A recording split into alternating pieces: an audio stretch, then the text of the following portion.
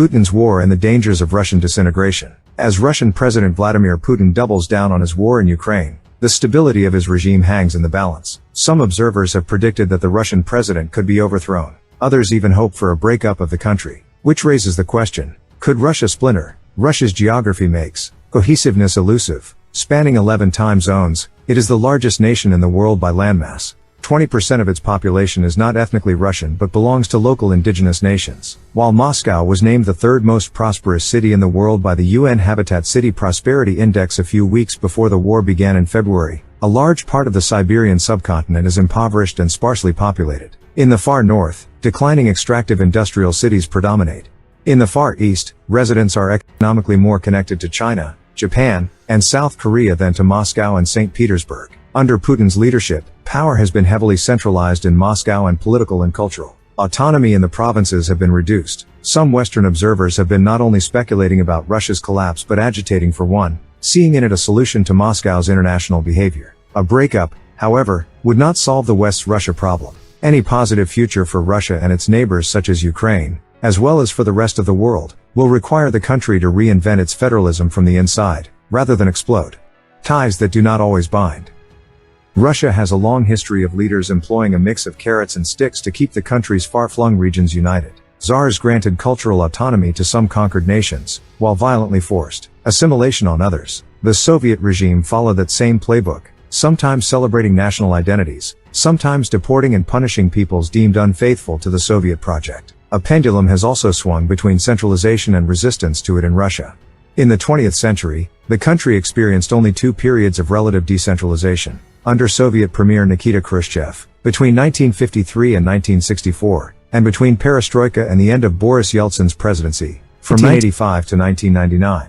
Once Putin took over in 2000, he gradually reasserted Moscow's control over Russian regions and republics. Since then, growing socioeconomic disparities between residents in rich metropolitan centers and provincial regions have generated tensions. Moscow and its surrounding area consume more than their share of the state budget. Siberian regions, in contrast, contribute more than they get back.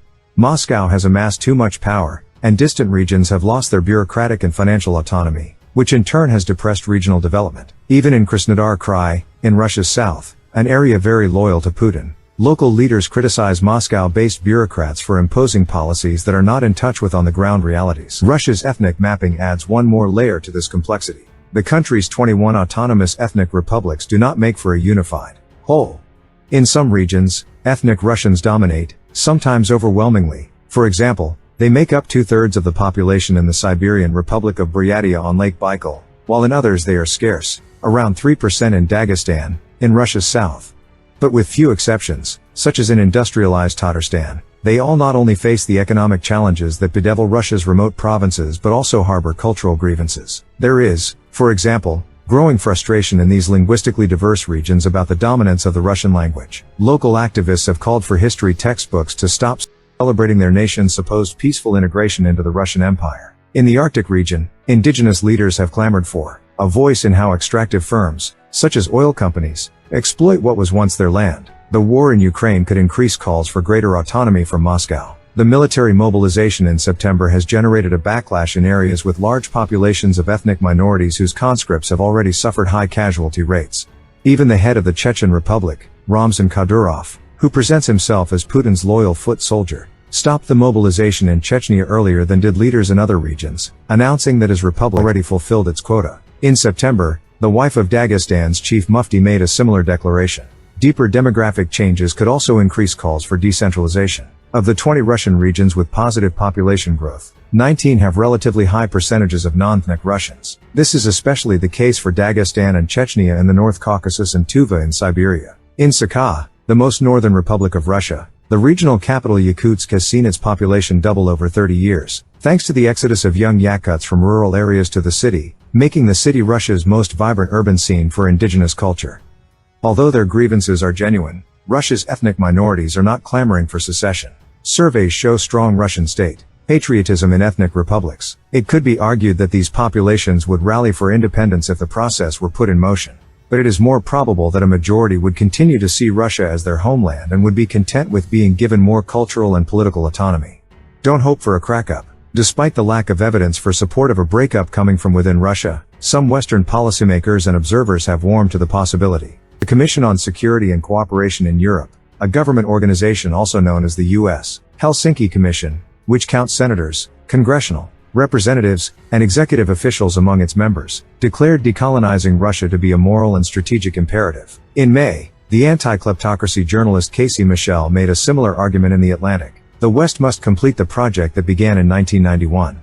It must seek to fully decolonize Russia. Sergei Somleny, writing for the pro-NATO think tank Center for European Policy Analysis, put the question this way: Russia's collapse? Good news for everyone. Similar sentiments have emanated from Poland and Ukraine. The Nobel Prize winner and former Polish president Lech Wałęsa has advocated for the 60 peoples who got colonized by Russia to break away, so that Russia would be reduced to a country of about 50 million people, as opposed to one of 140 million. A League of Free Nations as well as a Forum of the Free Peoples of Russia have staged meetings in Central Europe and called for freeing imprisoned nations, a formulation that harks back to the Tsarist period, when dissidents derided Russia as a prison for nations, and from the CIA-sponsored anti-Bolshevik bloc of nations during the Cold War. Exiles from Russia's ethnic minority groups and Russian opposition figures compose the majority of individuals who participated in these congresses. Meeting in Prague in July, the Forum of the Free Peoples of Russia has, for example, published a declaration on the decolonization of Russia, accompanied by a map of a dismembered Russia with about 30 new republics. But Western policymakers should not fall into the trap of conflating political exiles' radical statements with the views of Russian citizens, which are much more nuanced. It would also be wrong to assume that empowered minorities would automatically help create a Russia more in sync with Western norms. Ethnic minorities are not more inclined toward democracy, human rights, good governance, and pro-Western liberalism than the Russian ethnic majority. Russia's main cultural divide is not between ethnic Russians and minorities but between big urban areas and the rest of the country, industrially depressed regions, rural provinces, and ethnic republics. Russia's big cities have shown growing signs of civil society engagement and grassroots pluralism over the past decade, even if this trend has been repressed, especially since the outbreak of the war in Ukraine.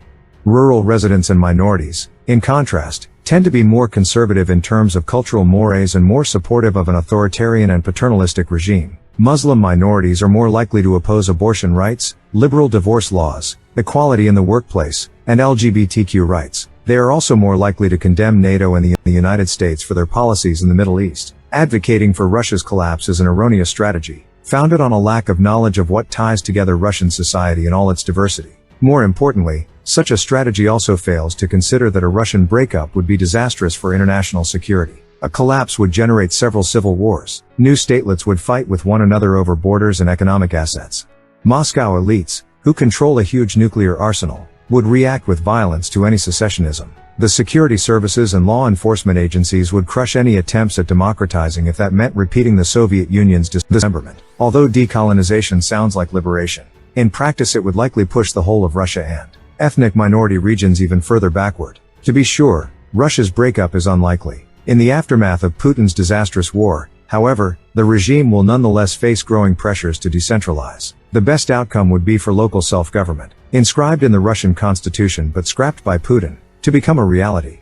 This refederalization of Russia would be possible only if accompanied by a national reckoning on the legacy of Russia's colonialism. This reappraisal would be important for ethnic Russians as well as for minorities. But as in the United States and Europe, that societal transformation will take decades. It is worth pursuing, however. Only a Russia that decentralizes politically and culturally can reform itself from the inside out.